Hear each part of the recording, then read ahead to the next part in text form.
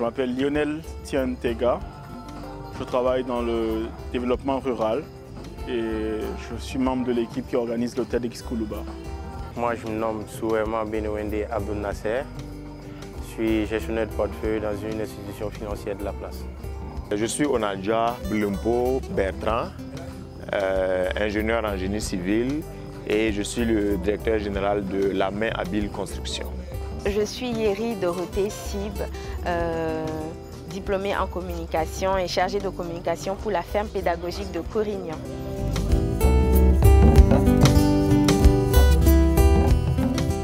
Notre ferme est spécialisée dans la production agricole et également dans la transformation agroalimentaire.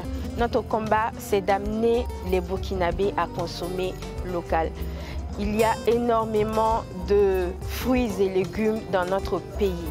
La matière première est largement disponible, mais un gros problème se pose, c'est celui de l'écoulement.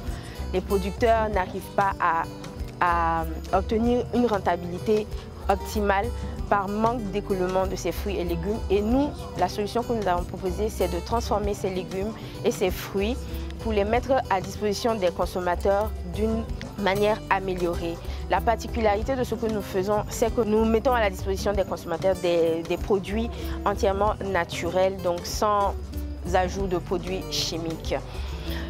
Il y a également d'autres unités de transformation agroalimentaire dans notre pays, mais jusqu'ici, le problème qui se pose, c'est que les consommateurs ne sont pas vraiment habitués à consommer local. Nous avons tendance à nous rabattre sur les produits qui viennent de l'extérieur et notre combat, c'est vraiment d'amener les gens à consommer local, à consommer sain et à aider les producteurs locaux. Le combat que je mène au quotidien, c'est principalement la professionnalisation du domaine de la construction. C'est un domaine où il y a beaucoup d'acteurs qui n'ont pas suivi une formation adéquate, ce qui fait qu'ils n'agissent pas avec éthique et ça tend à dévaloriser le secteur. Aussi, le mauvais choix des ouvrages à construire, leur mauvaise mise en œuvre ou la mauvaise gestion de l'ouvrage une fois construit font que nous n'arrivons pas à profiter des investissements colossaux que nous mettons dans le domaine de la construction chaque année en Afrique. Je dirais qu'au quotidien, mon combat, c'est, on va dire, de pouvoir inculquer aux gens tout ce qu'il y a en rapport avec la finance, permettre à ces personnes de savoir ce que c'est que la finance, ce que c'est que la banque. Ne pas croire que la banque c'est un mythe, la finance c'est un mythe qui est réservé en fait à des gens particuliers. Tout le monde peut avoir accès à cela, tout le monde peut en profiter. Et je pense que c'est un combat qu'il faut mener en Afrique ici parce que les gens n'y croient pas trop, les gens pensent toujours que c'est de l'arnaque ou que ici en fait c'est quelque chose de mystérieux, quelque chose de caché qui est réservé à une minorité, ce qui n'est pas le cas. Le combat que je mène au quotidien, c'est de permettre à des personnes d'émerger et d'être autonomes. Ça, c'est un des premiers combats. Et l'autre combat, c'est de permettre à des gens qui sont des modèles, pour moi, en tout cas, selon moi, de pouvoir parler, évoquer leurs succès et leurs échecs, leurs forces et leurs faiblesses, et de pouvoir inspirer d'autres personnes. Quand tu t'identifies à eux, tu as déjà des leçons avant d'avoir fait des erreurs que tu aurais dû faire pour avoir ces leçons-là.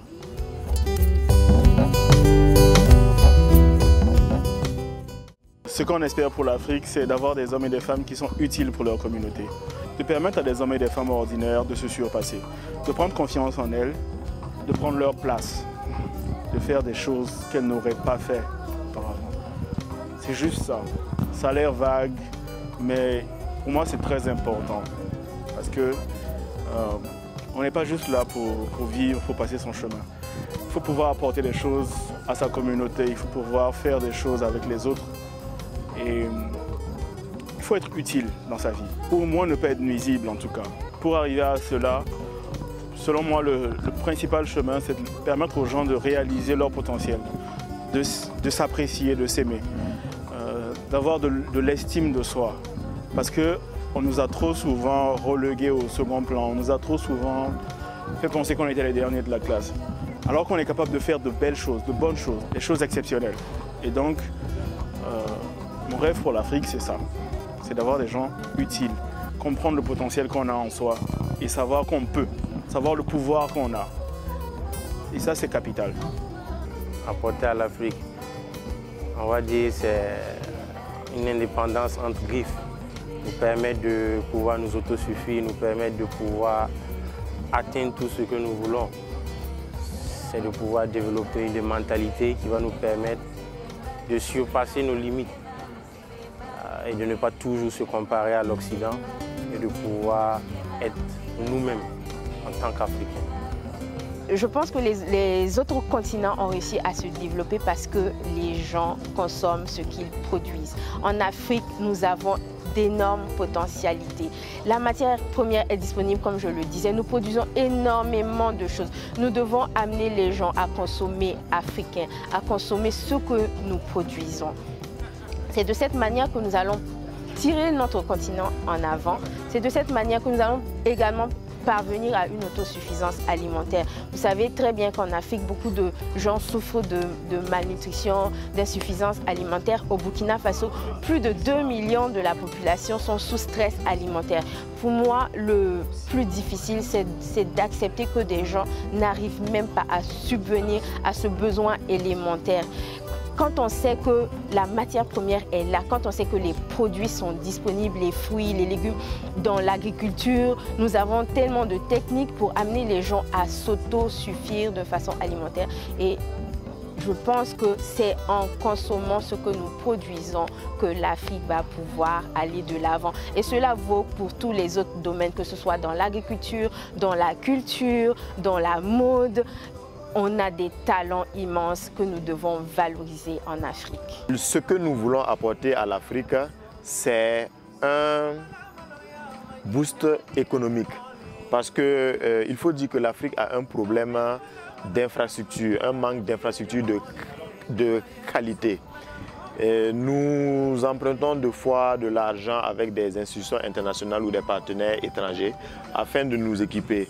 Mais si nous n'utilisons pas cet argent en bon escient, nous nous retrouvons avec des ouvrages de mauvaise qualité qui ne résolvent pas le problème et en plus avec une dette à rembourser. Voilà, donc en professionnalisant le secteur de la construction, nous arrivons à nous enlever une épine du pied en résolvant pas à pas les problèmes d'infrastructure en Afrique. D'autre part, c'est un secteur qui emploie beaucoup parce qu'un ouvrage, il se conçoit, il se construit et il se gère. Donc de la conception à la gestion, c'est plusieurs étapes qui vont employer les jeunes, qui vont demander des compétences locales. Voilà. Et aussi dans la mise en œuvre, nous pouvons valoriser les matériaux locaux, la culture locale, l'architecture locale.